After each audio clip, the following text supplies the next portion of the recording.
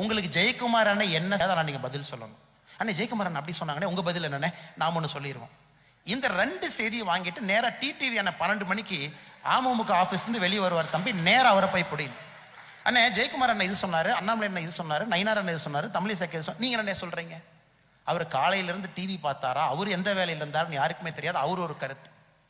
So காலையிலிருந்து இரவு வரை இன்னைக்கு தமிழக செய்தி தொலைக்காட்சியினுடைய நிருபனர்கள் படாத பாடுபடுறாங்க.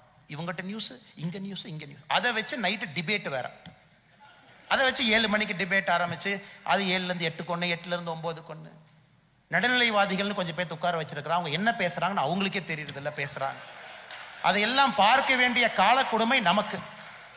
ஏன்னா சாப்பிட்றப்ப தெரியாதனமா டிவி போட்டோம், ஐபிஎல் மேட்ச் நடக்குது, சரி தோனி சரியா விளையாடலப்பா சார் ஐபிஎல்ல இருந்து மாத்தி ஒரு இதை பார்க்கலான்னு பார்த்தீங்கன்னா நடுநிலைவாதிகள்னு பேசக்கூடியதை கேட்டால் நமக்கே பயமா இருக்கு.